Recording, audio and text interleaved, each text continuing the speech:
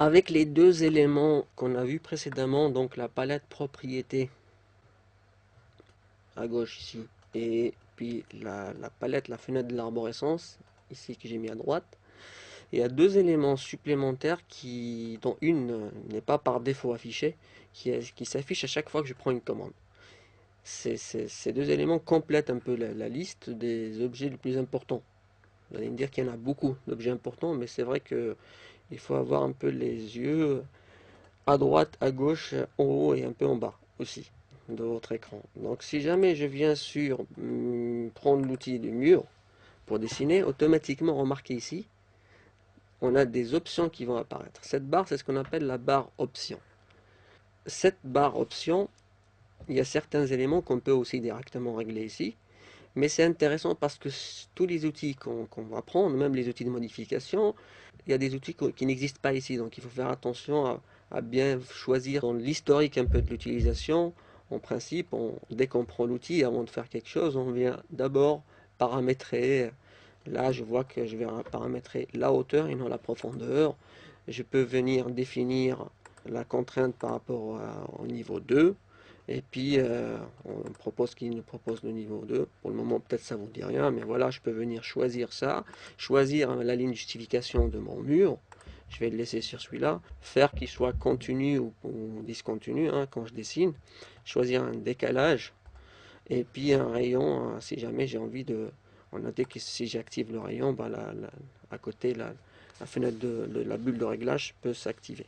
Donc voilà, et à partir de là, il y a un autre élément important, je vous ai parlé tout à l'heure, c'est la barre d'état tout en bas, parce qu'elle m'indique réellement ce que je dois faire. Parce que là, il me dit cliquer pour saisir le point de départ du mur. Donc il m'invite un peu à dessiner mon mur. Donc automatiquement, là, je remarque que je suis en train de dessiner un mur. Et il me propose des options. Il m'indique des astuces. Là, il me dit l'espace inverse l'orientation. Et l'espace, il veut dire par là la barre espace. Donc, ce qui fait que si je dessine mon mur, c'est vrai que, petite subtilité, là, ça veut dire que si ce mur-là, je change de détail, j'ai pris quoi comme mur?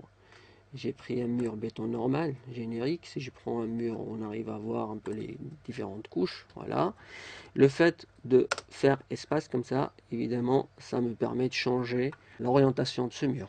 Et ça, c'est pas moi qui vous l'ai dit, même si vous remarquez, c'était écrit ici. Donc, moi, je vous invite vraiment à lire ce qui vous invite à faire dans la barre d'état en bas, en sachant que par défaut, ici, vous n'avez rien, mais vous aurez tout de suite quelque chose dès que vous aurez pris une commande.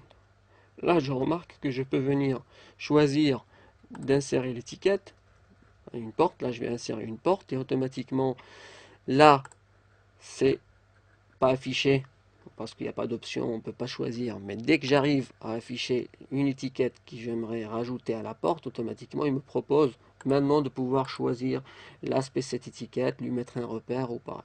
Donc c'est une barre qui est quand même assez importante qu'il faut régler au fur et à mesure. À noter aussi que voilà, je peux venir changer ces aspects là au fur et à mesure.